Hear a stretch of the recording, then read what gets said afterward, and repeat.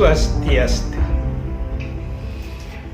Om Guru Brahma, Guru Wisnu, Guru Deva Maheshwara, Guru Satsat Param Brahma, Tasmai Sri Guru Ya Namah Swaha. Semoga Brahman dalam manifestasinya sebagai Dewa Brahma, Dewa Wisnu dan Mahadewa melimpahkan anugerahnya terhadap kita semua. Pemirsa yang budiman dimanapun berada, baiklah dalam kesempatan dan suasana yang penuh anugerah ini, saya kembali menyampaikan ulah si kerasakti. Pemirsa yang terkasih, kerasakti yang saya maksudkan di sini adalah Anoman. Anoman itu adalah putra Dewa Bayu. Dia melihat matahari di ufuk timur yang kemerah-merahan itu sebelum memancarkan sinarnya yang lain, maka pada saat itu Anoman itu melejat. Dia mengejar, dikirain itu adalah apel merah. Pada saat itulah Dewa Bayu bersabda, "Wahai putraku, janganlah kau coba-coba mengambil itu. Itu bukanlah buah apel. Kalau kau mengambil itu, maka terjadilah avidya, kegelapan, gelap gulita dunia ini. Kembali, wahai putraku." Anoman kembali dan mengurungkan niatnya. Pemirsa yang terkasih, di sini Anoman ini atau yang kita kenal kerasakti ini mempunyai hati nurani yang luar biasa tentang dharma dan kebenaran itu. Dia punya mulut tidak henti-hentinya menyebut keagungan Tuhan.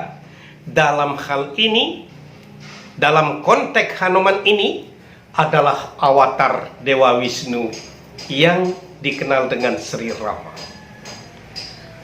Begitu juga Anoman ini adalah melakukan satu dasyam, pengabdian yang tidak canggung-canggung. Pengabdiannya sangat tulus sekali. Misalnya pada saat pencarian Dewi Sita yang dilarikan oleh Rahwana ke Lengka, pada saat itu Anoman pun mempunyai andil besar. Dia melakukan pengabdian dengan sepenuh hati. Apapun resikonya, dia lakukan demi dharma dan kebenaran. Anoman pernah diikat oleh raja atas suruhan Raja Alengka Rahwana, dan pada saat itu ekornya dibakar. Pada saat itu dengan mudahnya Anoman melepaskan tali besi itu, dan dia meloncat dari rumah ke rumah sehingga kebakaran besar-besaran terjadi di Alengka. Itu adalah satu bentuk pengabdiannya di dalam mengarungi lautan yang sangat luas, yaitu dari Ayodhya menuju Alengka. Pada saat itu Rahwana menyuruh Rama dan Laksamana disuruh untuk duduk di pundaknya, dan pada saat itulah Anoman menerbangkan bagaikan pesawat. Anoman mempunyai kekuatan yang sangat luar biasa, mempunyai kesaktian yang luar biasa. Kekuatannya yang dahsyat dan hebat. Pada saat Sri Rama kena panah, yaitu Brahma Astra Naga Pasa yang dilakukan oleh Meghananda, maka daripada itu hanya satu obatnya, yaitu di puncak gunung Himalaya. Maka daripada itu dia pun mengangkat gunung itu dan mengantarkan mana daun atau bunga sebagai obat itu. Begitu kedahsyatan tenaga daripada Anoman itu, dan masih banyak yang lainnya. Dan di dalam melakukan sewanam, dia tidak pamrih, melakukan pelayanan dengan penuh kasih dan tidak ada embel-embelnya, tidak ada motif dan keinginan.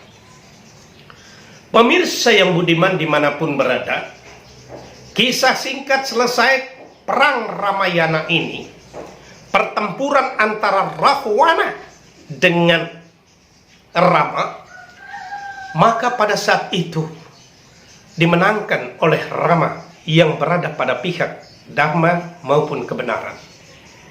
Semua orang yang berjasa di dalam proses pertempuran itu dipanggil oleh Sita, diberikan hadiah-hadiah yang luar biasa.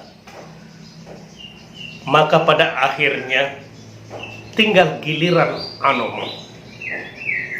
Dewi Sita pada saat itu, Sri Rama, hadiah sudah habis. Apa yang aku harus berikan kepada Hanuman? Aku akan memberikan kalung intan berlian pemberian Ayahanda Prabu Nyanangga. Pada saat itu, Sri Rama menyetujuinya. Dipanggillah Hanuman. Hanuman, ini hadiah untukmu. Dia berikan kalung intan berlian yang sangat mahal itu. Satu persatu dilihat oleh Hanuman itu dan dipecahkan. Dia tidak menemukan adanya Rama di sana. Maka dia buang begitu saja. Dewi Sita sempat tersinggung. Dasar monyet yang tidak tahu diri. Hadiah yang aku berikan adalah hadiah yang paling termahal. Pada saat itu, Sri Rama mengingatkan, wahai Dewi Sita, janganlah kau berkata seperti itu. Mungkin ada sebabnya, cobalah selusuri dulu, tanyakan kepada Hanuman. Pada saat itu Dewi Sita setuju. Dan dia memanggil Hanuman. Hanuman, kenapa kau memecahkan dan membuang pemberianku? Apakah kau tidak menerimanya? Hanuman menjawab, Ibu Dewi Sita, satu persatu butiran-butiran mutiara itu, intan berlian itu, aku tidak menemukan Tuanku Rama. Karena itu, ini adalah tidak berguna bagiku, Ibu. Itulah sebabnya aku membuang. Aku mohon agar Rama selalu bersetana dalam tubuhku. Dia mencabut bulunya. Terdengar suara ram, ram, ram, yang artinya ram. Dan dia mengeluarkan kukunya. Dan dia merobek dadanya. Maka pada saat itulah di jantung Hanuman itu duduk dalam singgasana, yaitu Rama dan Sita. Pemirsa yang terkasih dimanapun berada, dari kisah cerita ini dapat kita tarik beberapa kesimpulan.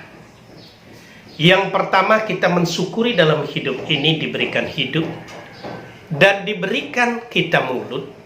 Marilah kita mengagungkan, mengucapkan atau japam atau kirtanam tentang keagungan Brahman dalam manifestasinya sebagai para dewa, sesuai dengan keinginan kita. Dewa, dewi manapun yang kita agungkan, apakah Siwa, Brahma, Wisnu, Rudra dan lain sebagainya, Gayatri dan sebagainya, itu bukan menjadi persoalan. Karena dewa yang kita agungkan, dewa itu akan memberikan pertolongan kepada kita. Ini teladan yang dapat kita ambil yang pertama. Yang kedua, kita itu di dalam melakukan dapsiam, pengabdian terhadap umat, terhadap masyarakat, janganlah kita ragu. Apa yang bisa kita perbuat, walaupun sekecil apapun yang bisa kita buat, perbuatlah dalam kesempatan ini. Karena hidup kita tidak terlalu lama. Dan juga melakukan sewanam, yaitu pelayanan yang baik. Maka daripada itu, amanat yang tertuang di dalam pustaka suci Weda kita, Adiaya 2 sloka 47 misalnya, karmane ewa dikaraste mapala sukadacana makarma pala hetorbur mate sangustik akarmane. Laksanakan kewajiban kita, swadharma kita dengan sebaik-baiknya. Bukan hasil yang kita pikirkan dan tidak semata-mata pahala menjadi motifmu, serta jangan berdiam diri. Orang suci kita menyerukan, do not waste a single moment in idling or loose sleeping. Terima kasih atas perhatiannya. Kami aturkan. Om Santi Santi Santi. Om.